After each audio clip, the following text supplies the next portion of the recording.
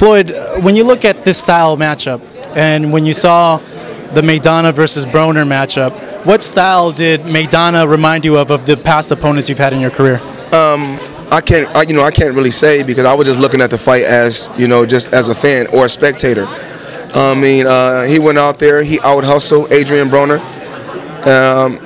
He beat him to the punch. He went out there and done what he's supposed to do. I mean, he's a solid champion. He's a strong champion. He has an 80% knockout ratio. This is a guy that I can't overlook. When people make the comparisons between him and Baldomir, do you feel it's fair?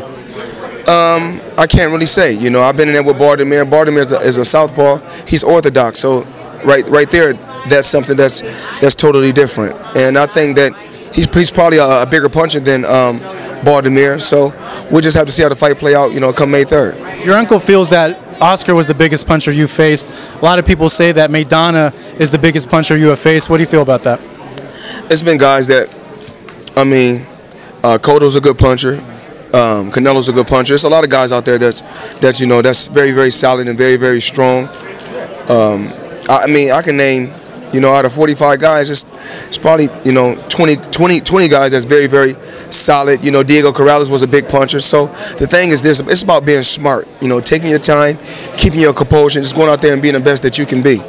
I know you've been asked this already, but would you contemplate a fight with Bernard Hopkins? I know he's issued a 50-50 challenge, which he's saying. I think Bernard Hopkins is a legendary champion, and me, myself, I think Bernard Hopkins is a living legend, like myself.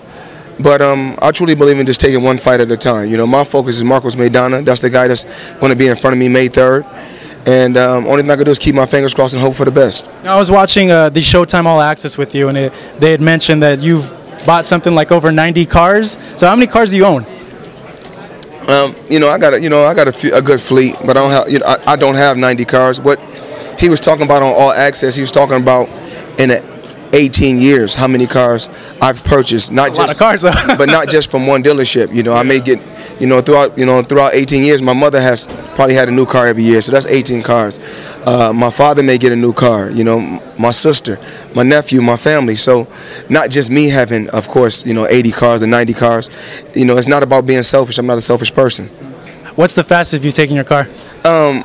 What's the fastest? I probably took my Bugatti 160. 160? Yeah. Is that scary? It's fast. It's a rush. Don't get a speeding ticket, man. It's a rush. Floyd, thank you very much. Certainly appreciate it. Good chatting with you.